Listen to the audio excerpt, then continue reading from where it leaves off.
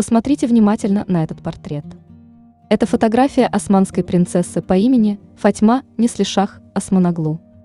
Женщина родилась еще во времена существования Османской империи, а умерла ровно 10 лет назад, в возрасте 91 год.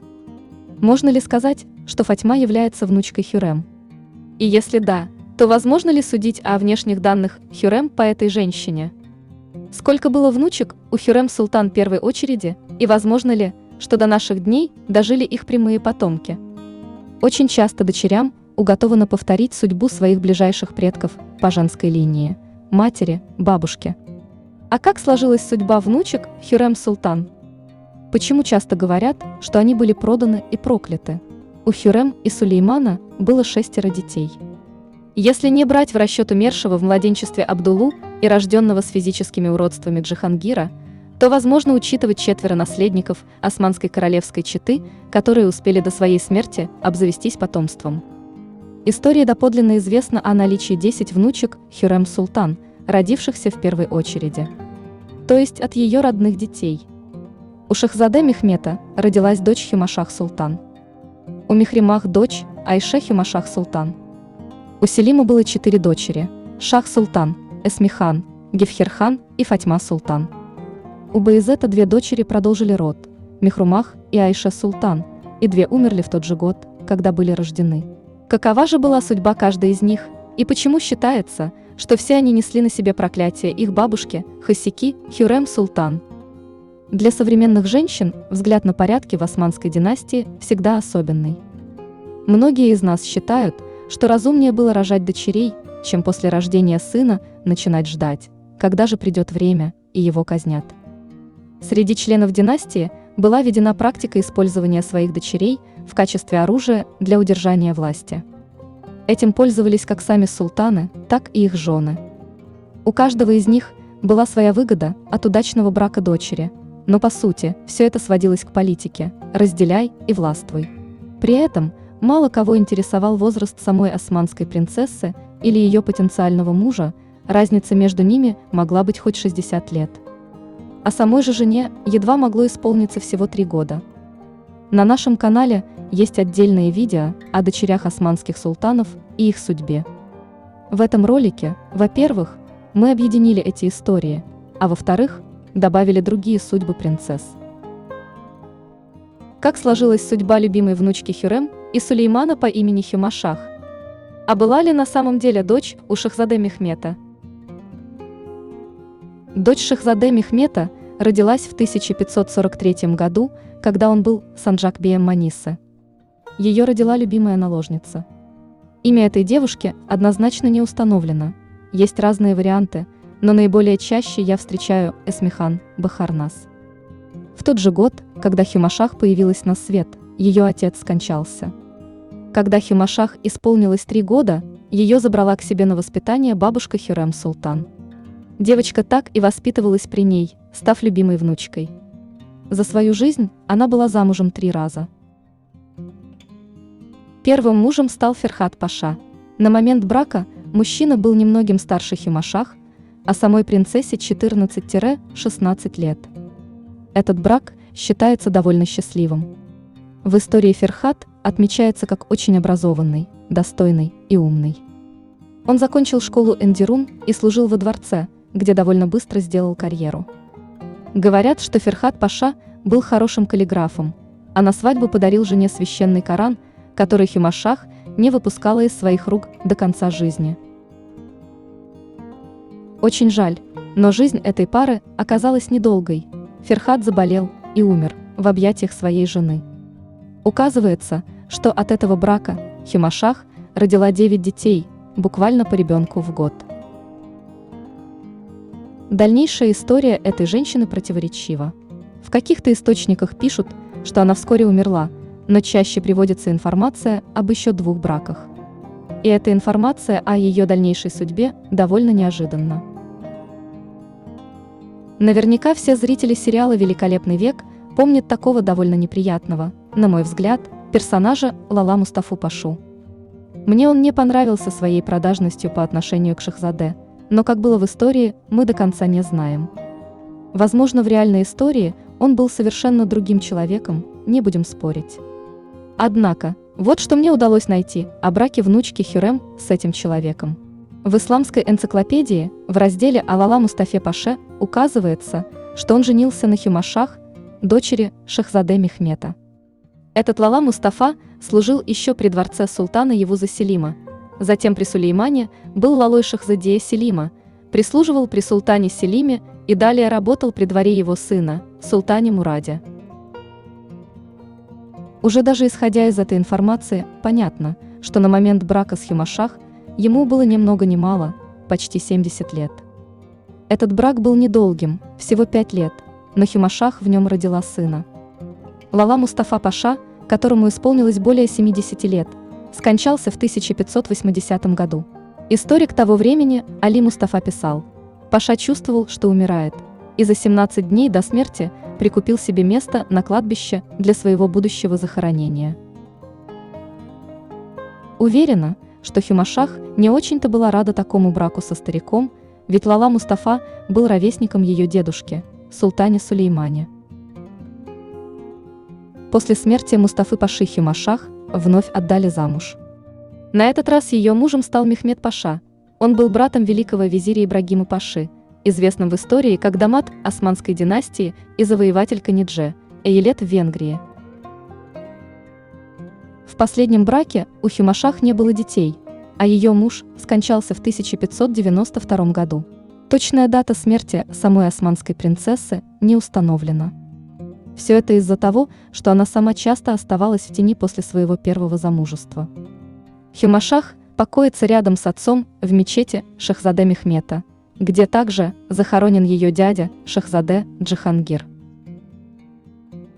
Есть ли потомки Хюмашах в наши дни? Уверена, что род ее продолжается, так как большинство ее детей выжили, завели семью и родили детей. Где-то по земле Турции наверняка ходят ее внуки, просто мы и они об этом еще не знаем. Айше Хюмашах была единственной дочерью Мехримах и Рустема. Родители ее очень любили, особенно отец, который, как утверждается многими историками, умер от психического изнеможения, когда врачи сказали, что Айше не переживет свою тяжелую болезнь.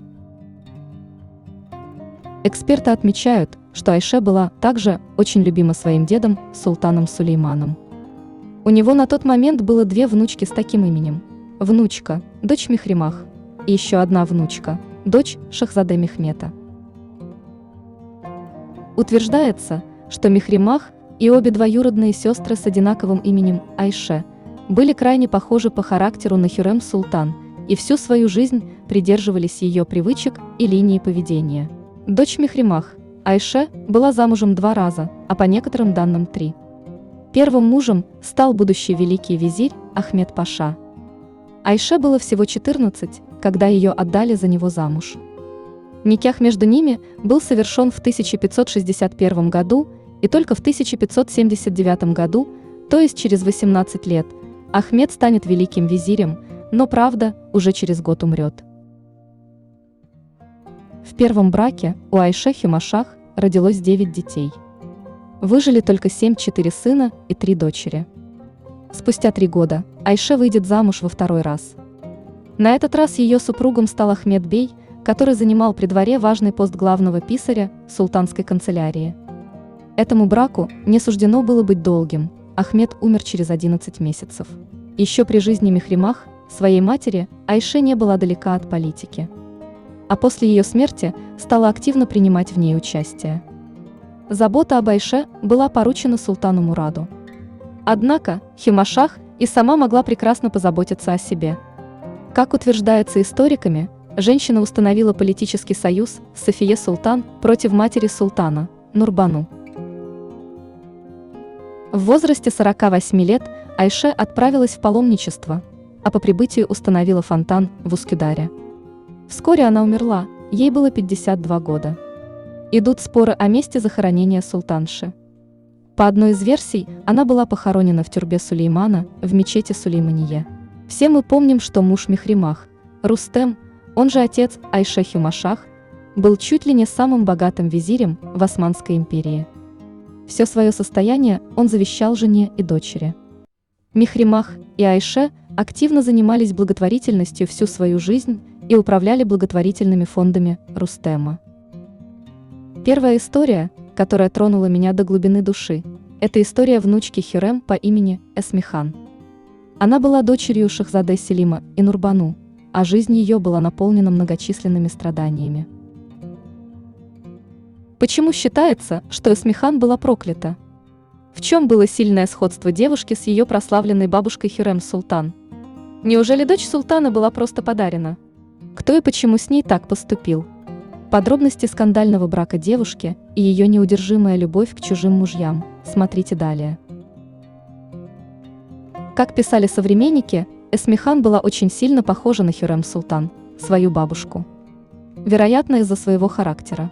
В истории Османской империи Эсмихан Султан описывается как одна из самых богатых и влиятельных женщин империи. В книге «Жены и дочери султана» историк пишет про нее: невысокая и некрасивая, но умная, страстная и крайне ревнивая женщина. Также упоминается, что султанша была достойна своей знаменитой бабушки Хюррем Султан. Она была некрасивая, но крайне умна и умела своим интеллектом пользоваться. Первый раз Эсмихан отдали замуж в возрасте 16 или 17 лет. Информация о возрасте везде разная. Мужем молодой девушки стал преданный раб Османской империи и династии Сокулу Мехмед Паша. Разница в возрасте составила чуть более 40 лет, но не это главное. Во-первых, Сокулу был на тот момент женат. Во-вторых, желание выйти замуж у Эсмихан никто не спрашивал. Дело в том, что по законам Османской империи, если кто-то решил жениться на дочери династии, но уже женат, то нельзя взять в жены султаншу второй, третьей или четвертой женой. Правила требовали от такого мужчины, чтобы он развелся.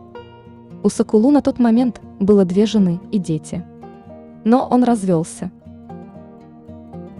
Самое, пожалуй, неприятное в этой истории то, что Эсмихан отдали замуж Сокулу за его величайшие заслуги перед империей и верную службу Шахзаде Селиму. Эта верность сыну Сулеймана выразилась в оказании Сокулу безоговорочной поддержки Селиму в то время, когда тот расправлялся с Баязидом и его детьми. Эсмихан, как награда за преданность и верность, была преподнесена Паше, несмотря на колоссальную разницу в возрасте. Вероятно, все-таки девушка была счастлива, так как в этом браке родила целых 6 детей.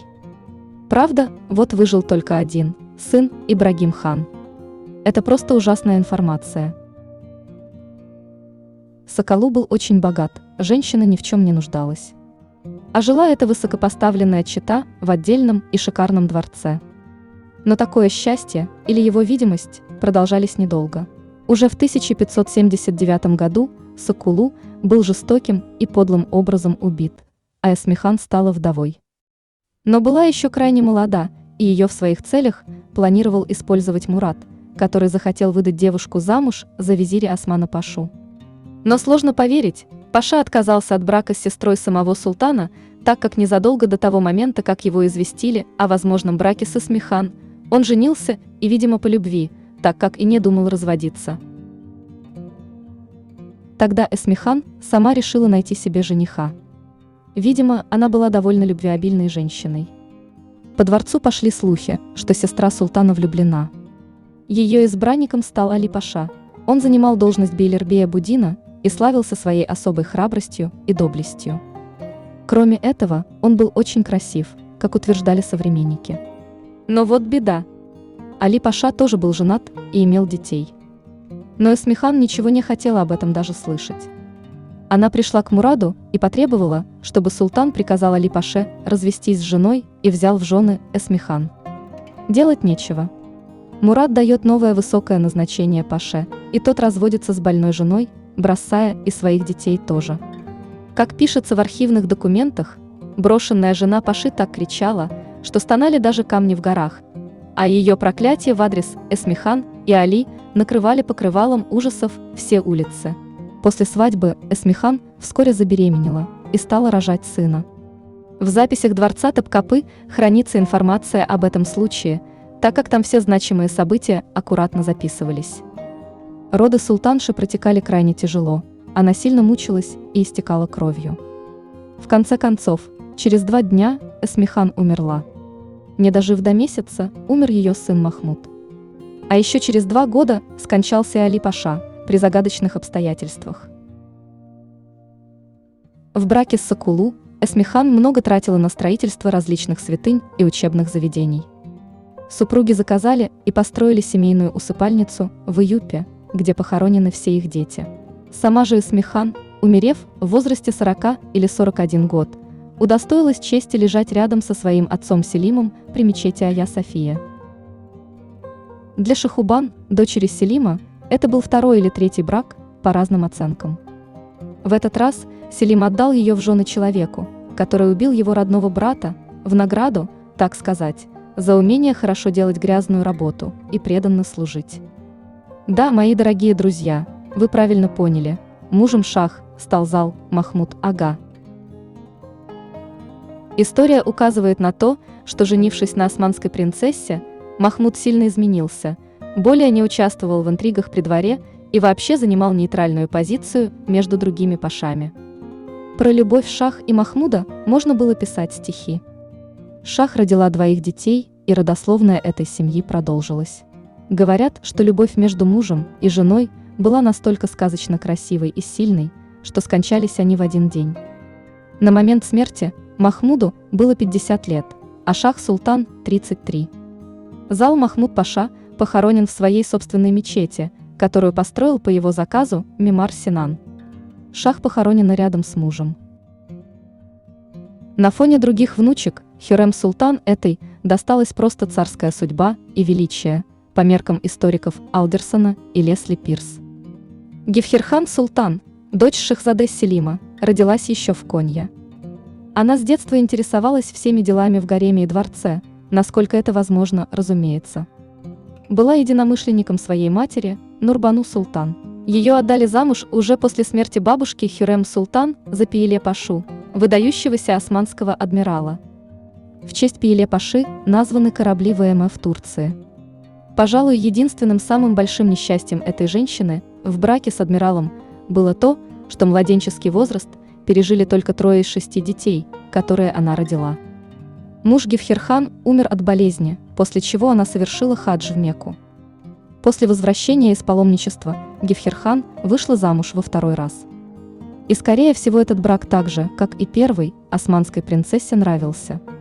Шутка ли, мужем женщины стал Джарах Мехмед Паша. Считается, что он был сыном уже известного нам Лалы Мустафы, Паши, по одной из версий. Предполагается, что этот муж, Гифхирхан, был ранее женат, так как у него уже были дети. А вот о детях в этом браке исторических данных нет. Гифхирхан продолжала интересоваться политикой и даже имела политическое влияние во дворце. Ведь ее муж в конце концов стал великим визирем, был фаворитом внука Хюррем, султана Мурада, и лично проводил обрезание его сыну Мехмеду, будущему султану Османской империи. Считается, что именно Гифхирхан с мужем подарили тогда еще Шахзаде Мехмеду наложницу-красавицу Хандан. Она, как многие из нас знают, стала впоследствии матерью султана Ахмеда и носила статус валиде султан. Точная дата смерти османской принцессы неизвестна. Однако, согласно книге, фракции и фавориты при дворах султана Ахмеда I и его ближайших предшественников. В реестре казначейства Топкапы она была еще жива 6 февраля 1604 года.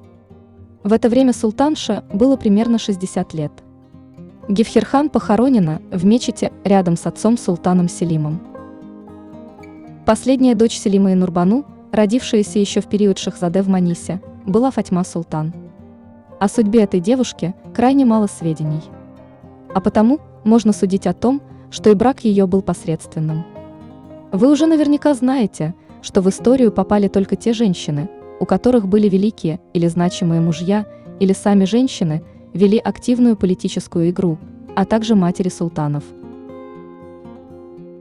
Муж Фатьмы был учеником школы Эндирун, куда попал еще ребенком по системе Девшерме. За его историю службы при дворе он носил титул великого визиря трижды. Сиевуш, Паша, был не раз замешан в различных дворцовых интригах, и в отличие от Фатьмы, исторических сведений о нем довольно немало. Однако утверждается, что визирь был человеком нерешительным, тихим и порядочным. Видимо, Фатьма сама по себе не вмешивалась ни в какую политическую игру, а потому не стала предметом обсуждения в отчетах послов и других исторических источниках. В этом браке султанша родила 3 детей, выжили только 2. Хотя, если говорить о Сиевуше, он до этого был женат, и у него были еще дети. Но все мужчины, как мы уже знаем, обязаны были развестись со своими женами, когда женились на дочерях Османской династии. Принцессы, несмотря на такое право, у мужчин в исламе не становились 2-й или 3-й женой.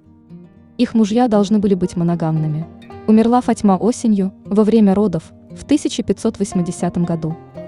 Похоронена в тюрбе своего отца султана Селима при мечети Айя София. После казни Шахзаде Мустафы у Сулеймана осталось всего 2 потенциальных наследника престола – Селим и Баязид. Но между братьями произошла война, и чем закончились эти события, мы все хорошо знаем.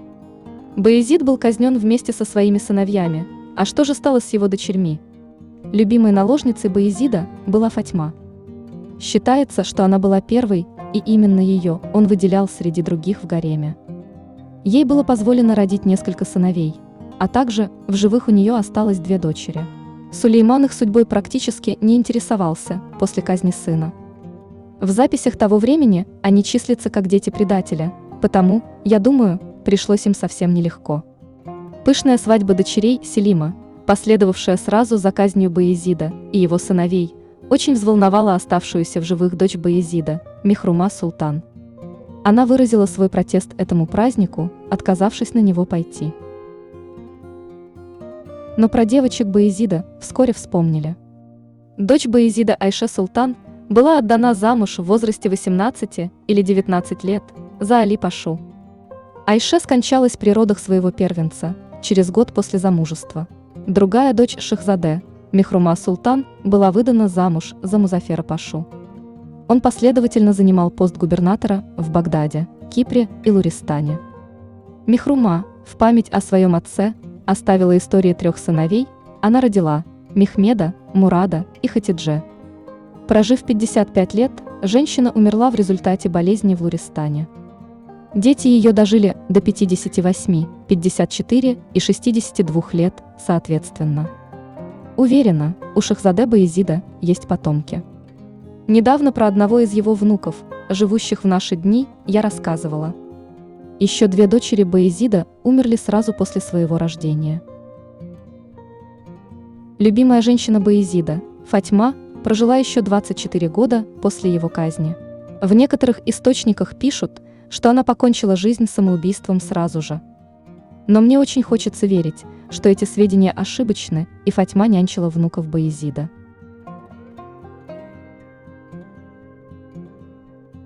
Друзья, если у вас остались вопросы, задавайте в комментариях. Я читаю каждый из них.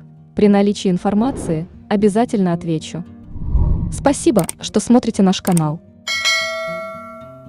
А на сегодня все. Не пропускайте главное, подписывайтесь, ставьте колокольчик, чтобы быть в курсе новых роликов. Заходите ВКонтакте по ссылке в описании, там всегда есть дополнительные истории.